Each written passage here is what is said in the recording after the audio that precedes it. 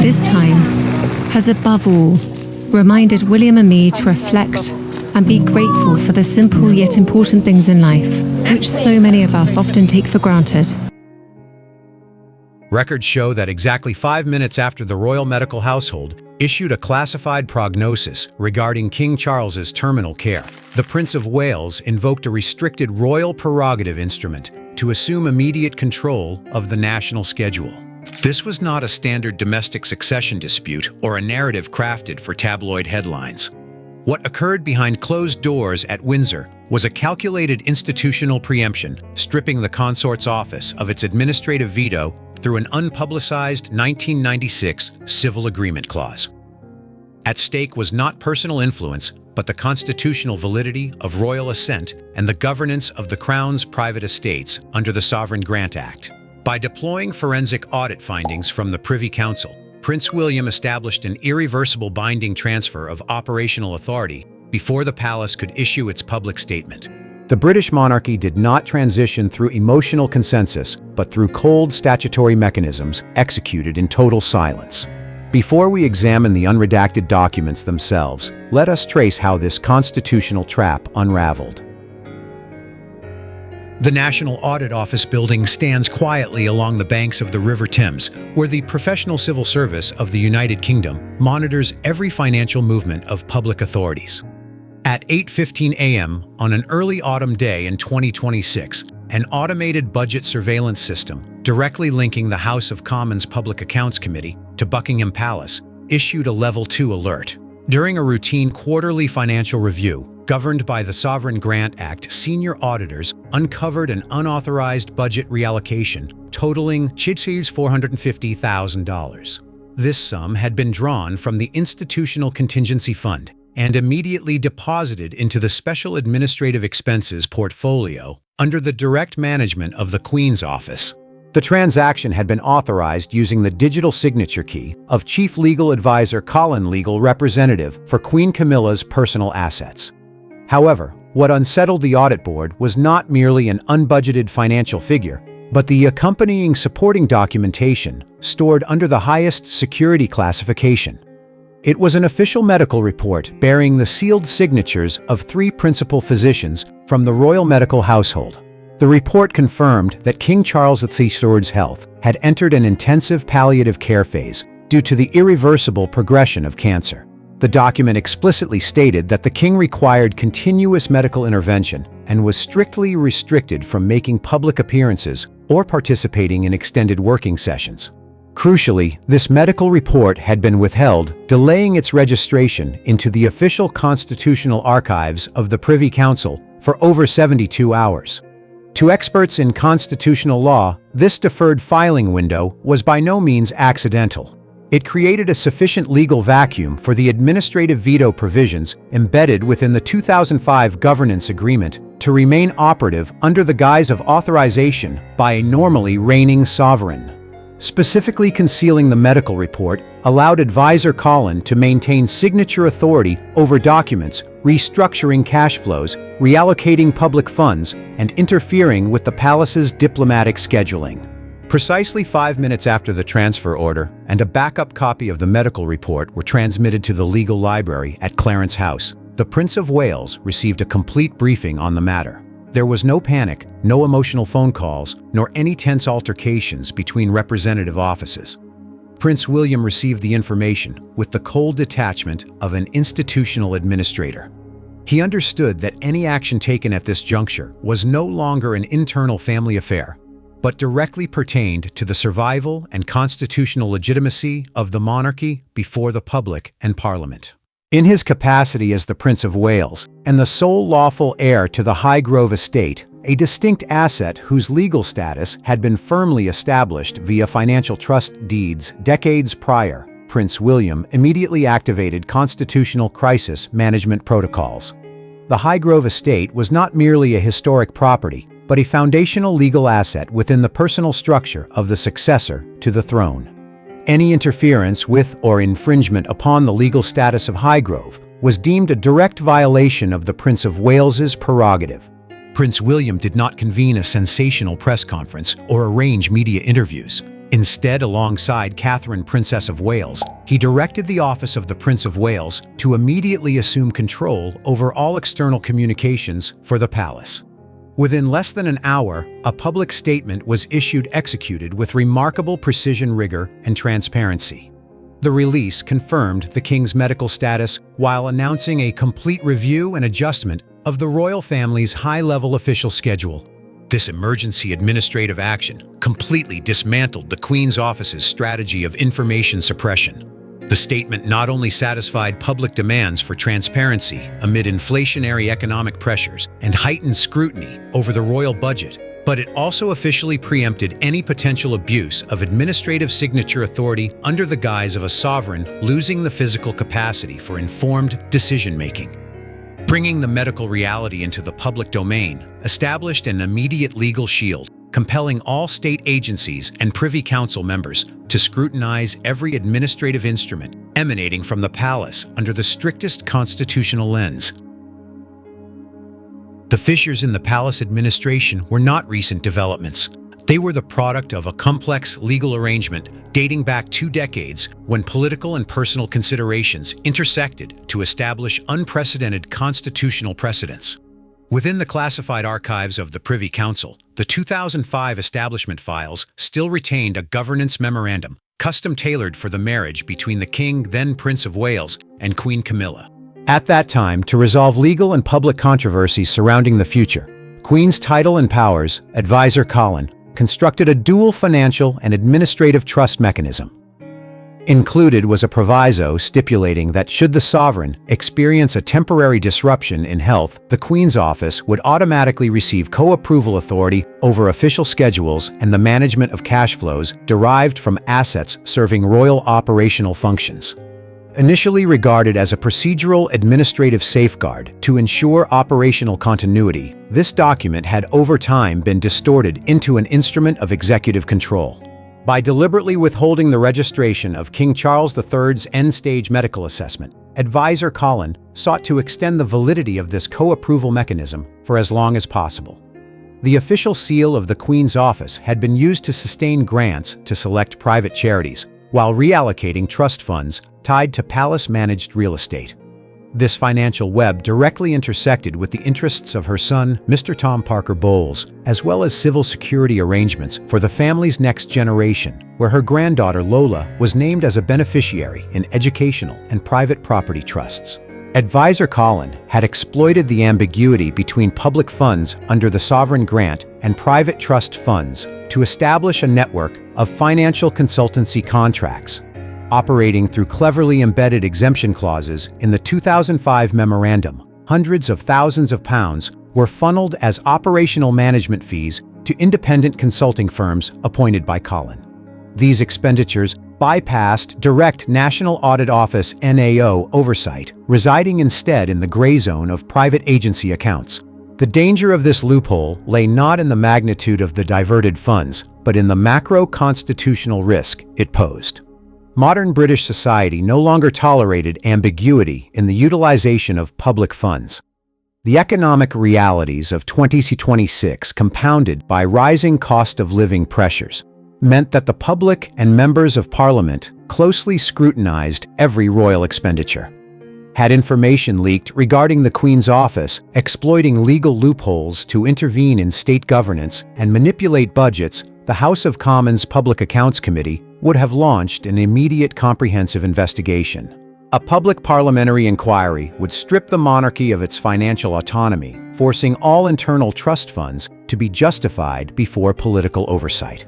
Consequently, the entire institution would face a severe crisis of confidence, directly threatening the honor, legitimacy, and survival of the crown. The nature of this threat was no longer a domestic dispute, but a systemic disaster capable of unraveling the foundations of the constitutional monarchy. The Prince of Wales's decision to disclose the King's health condition constituted a preemptive strike against this vulnerability. By bringing the facts into legal clarity, William stripped the tacit co-approval mechanism of its operational basis. Every document executed under the sovereign's name following the medical disclosure was instantly frozen pending constitutional review.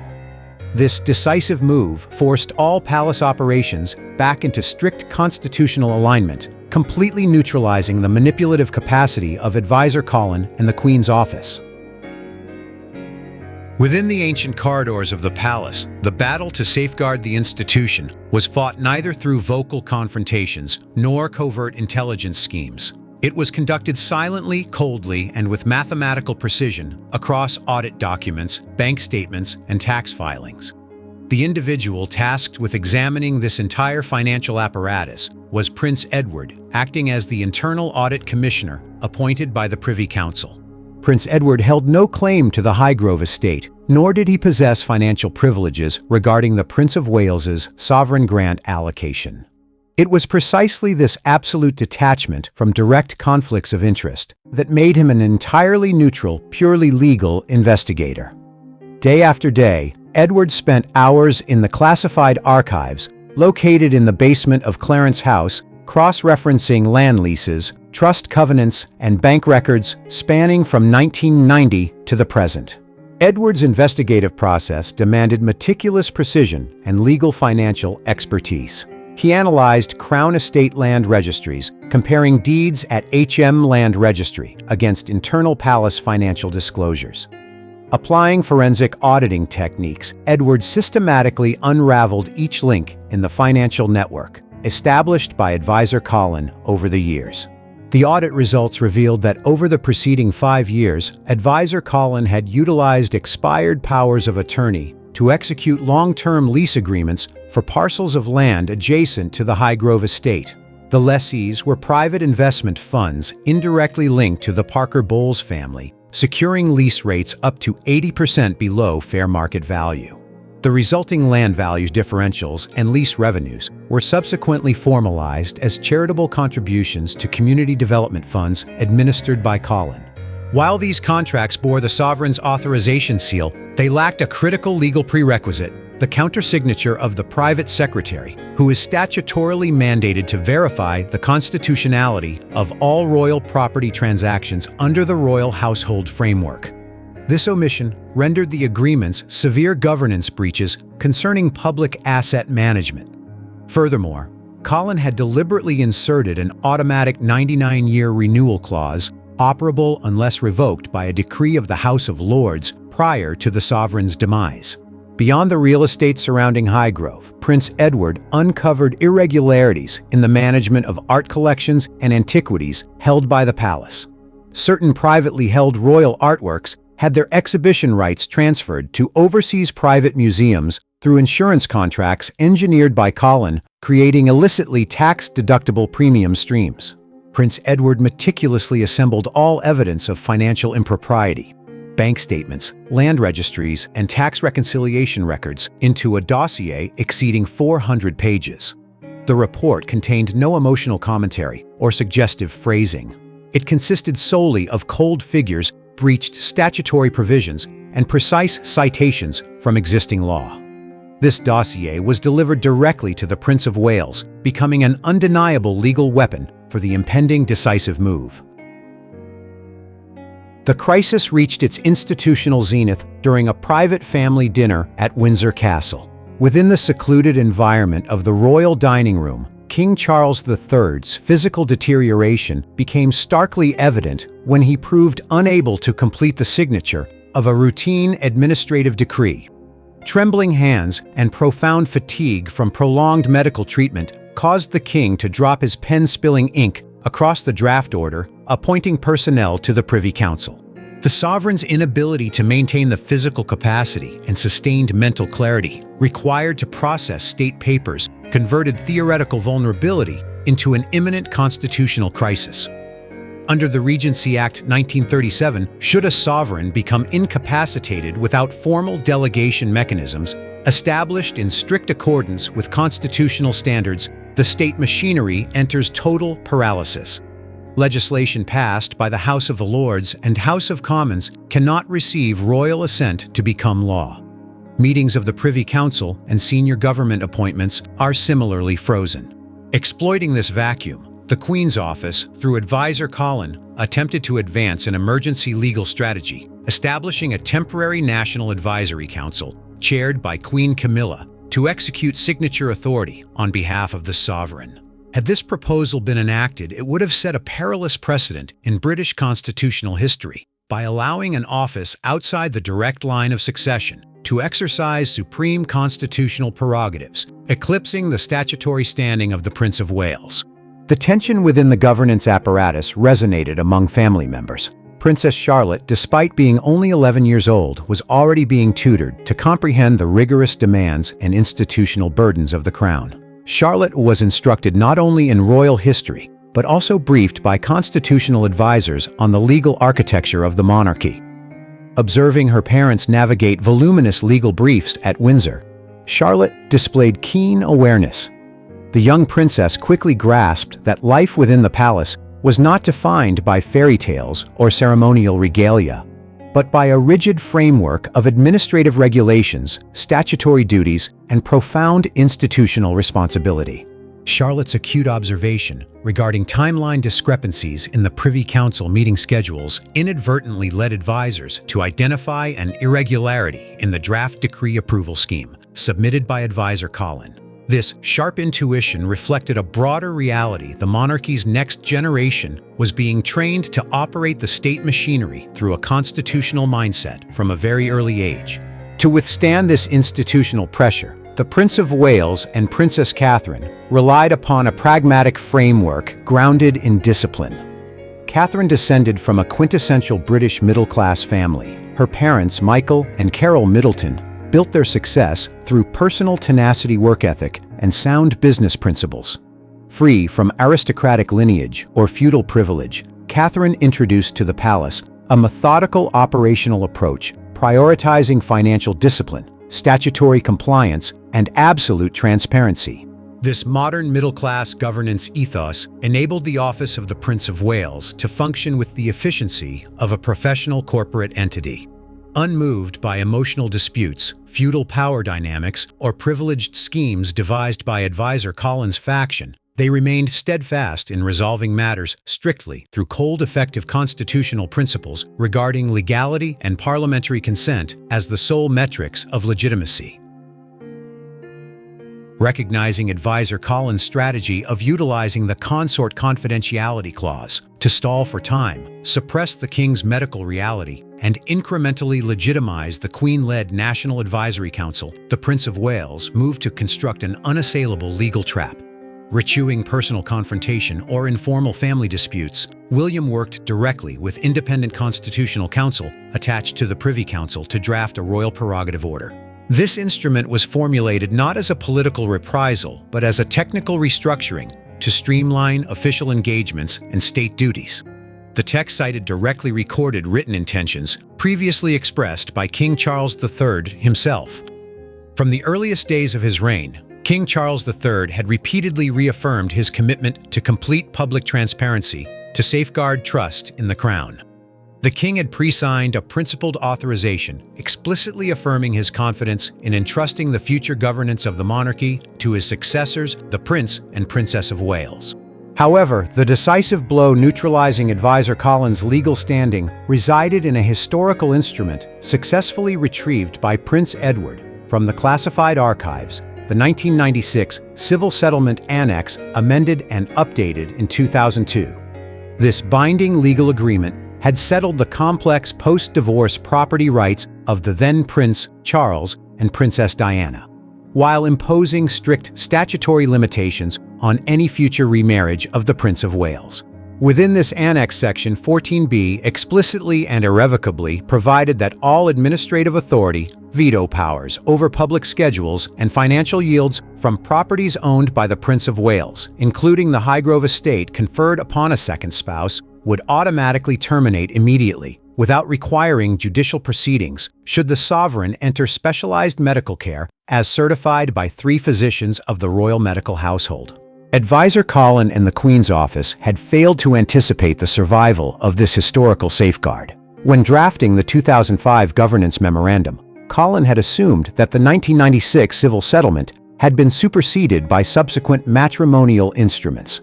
Legally, however, the 1996 Annex remained an independent instrument under Privy Council custody that had never been repealed.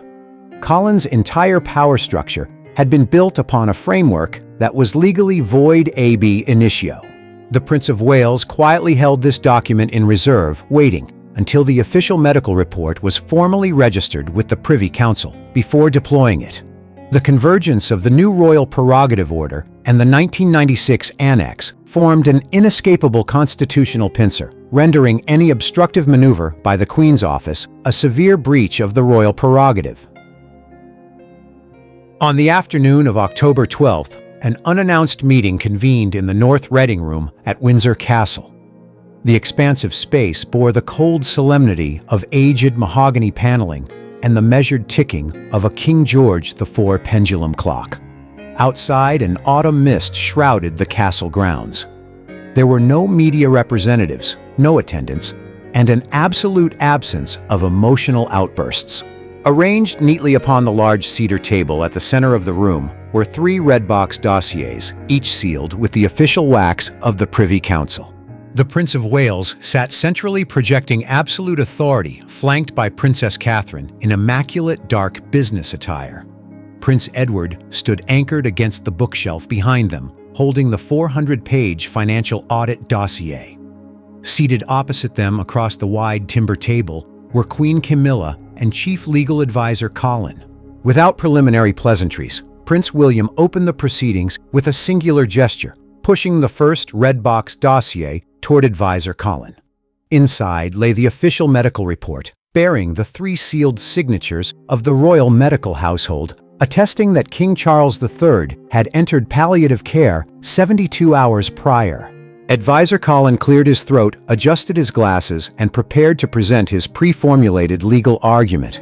He asserted that under the 2005 governance agreement, the medical report could not take legal effect to transfer operational authority absent co-approval from the Queen's office. Colin declared his intention to invoke administrative veto rights to preserve palace stability and maintain current governance structures until further directive from the sovereign. The moment Colin concluded his statement, Prince Edward stepped forward. In the absolute silence of the room, Edward quietly opened the second red box dossier and laid the 1996 Civil Settlement Annex onto the table open to Section 14B. The Prince of Wales looked directly at Advisor Colin, speaking in a flat, cold tone, carrying absolute constitutional authority. William emphasized that the veto power Colin sought to invoke had automatically lapsed at precisely 8:00 a.m. that morning, the exact moment the medical report was officially registered with the Privy Council. Under Section 14B of the 1996 instrument, all administrative authority of the Queen's office regarding state schedules and sovereign grant funding was irrevocably severed. Stunned disquiet washed over Advisor Colin as he hurriedly scrutinized the statutory text of the 1996 agreement. The legal evidence was unassailable. The original signatures of King Charles III, Supreme Court justices, and leading constitutional counsel locked down every loophole. The operation of the 1996 Annex rendered all recent interventions by the Queen's office direct violations of the Royal Prerogative, exposing those involved to legal accountability for the financial improprieties uncovered by Prince Edward. The Prince of Wales then pushed the third red box dossier forward. It contained the executed executive power transfer order, accompanied by Colin's formal resignation instrument from all royal asset management boards. There was no room for negotiation, no apology, and no concession. William delivered a brief statement, affirming that the meeting was not a forum to debate personal character or domestic relations, but the execution of a constitutional duty to protect the crown. He granted Advisor Colin 24 hours to sign the resignation instrument and complete the transfer of all financial records to the National Audit Office.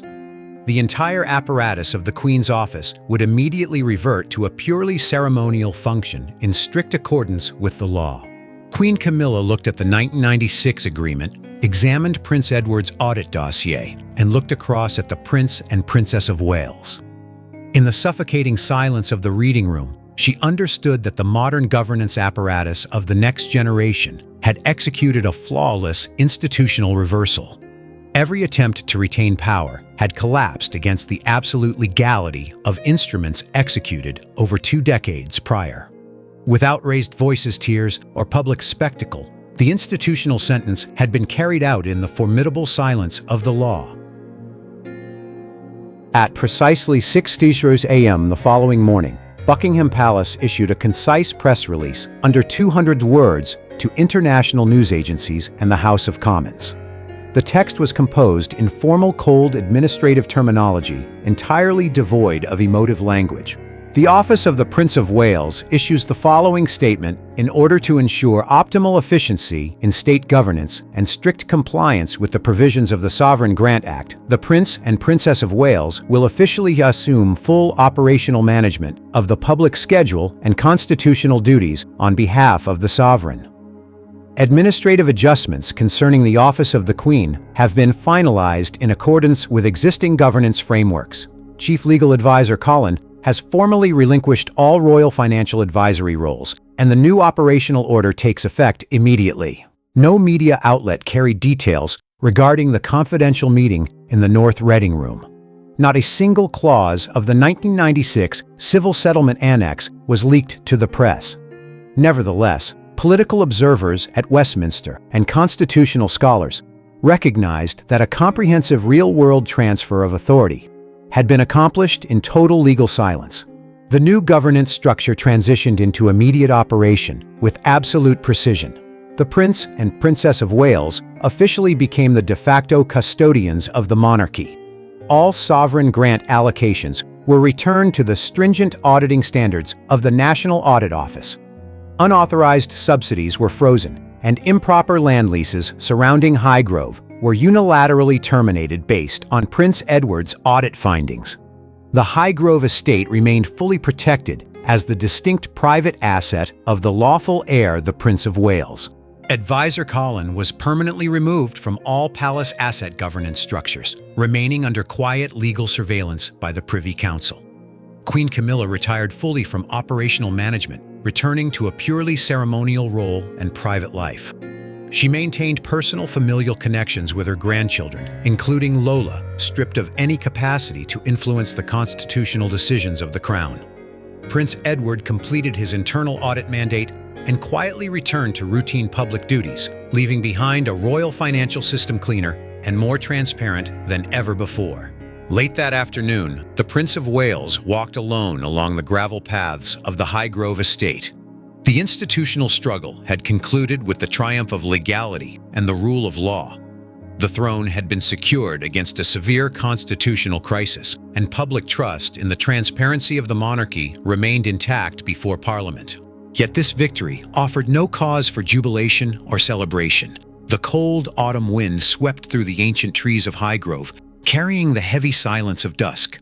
William stood gazing at the house where his father had spent his life, now preparing to enter a new chapter of history. He understood that the true weight of the crown lay not in the splendor of coronations or the applause of crowds, but in the ruthless, cold isolation of legal decisions made in the shadows to ensure an institution survives the test of time.